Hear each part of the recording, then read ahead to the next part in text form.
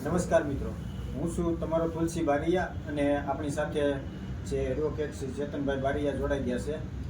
તો આપણે ચેતનભાઈ પાસેથી જાણીએ કે જે હાલ જે ચર્ચાનો વિષય છે ચૈતરભાઈ વસાવાનો, કે જેમને નર્મદા સેશન કોર્ટ દ્વારા જે સજા ફટકારવામાં આવી છે તેમના વિશે આપણે ચેતનભાઈ પાસેથી માહિતી લઈશું.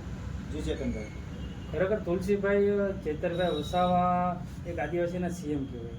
તો ખરેખર એના ઉપર જે ગુનો દાખલ થયો હતો, તો એ ગુનામાં ફાસ્ટ ટ્રાયલ ચલાવી અને સ્પેશિયલ સરકારી વકીલની નિમણૂક કરી અને ઝડપી કેસ ચલાવીને એને જે એને સાથી મિત્રો જે 9 ટોટલ વ્યક્તિ હતા, એ 9 વ્યક્તિને દોષિત ઠેરાવીને બધાને 7 વર્ષની જે સજા કરવામાં આવી છે.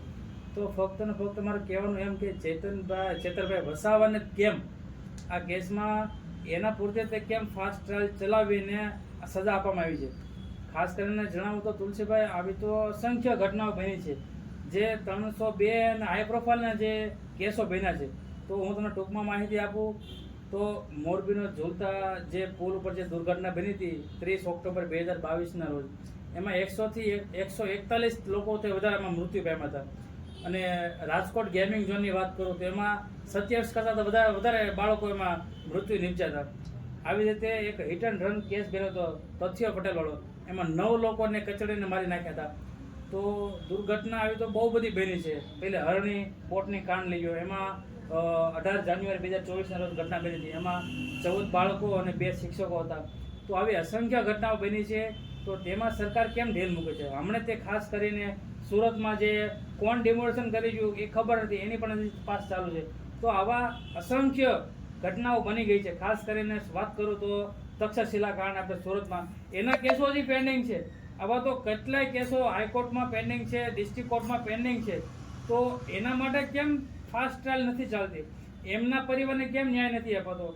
ફક્ત ને ફક્ત ચેતર વસાવાનો કેસ જ કેમ ફાસ્ટ ટ્રાયલ ચલાવીને સ્પેશિયલ સરકારી વકીલ રાખીને આ કેસને ફટાફટ સજા આપવામાં આવી છે? એ તો ચાલો, એ તો કાનૂની પ્રક્રિયા છે, એ તો હાઈકોર્ટમાં જશે, સ્ટે લેશે.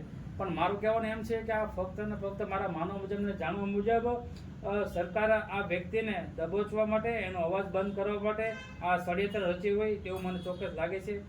ખાસ કરીને આદિવાસી વિસ્તારના જે સીએમ કહેવાય, જે પોતાના હકની લડાઈ માટે હંમેશા આદિવાસી વિસ્તારના લોકો માટે જે કંઈક ને કંઈક કોઈ પણ જાતની દુર્ઘટના બને, કોઈ જાતની હિંસા થતી હોય તો આવીને ઊભા હોય, તો ખરેખર આવા વ્યક્તિને અવાજ દબાવવાની વાત છે.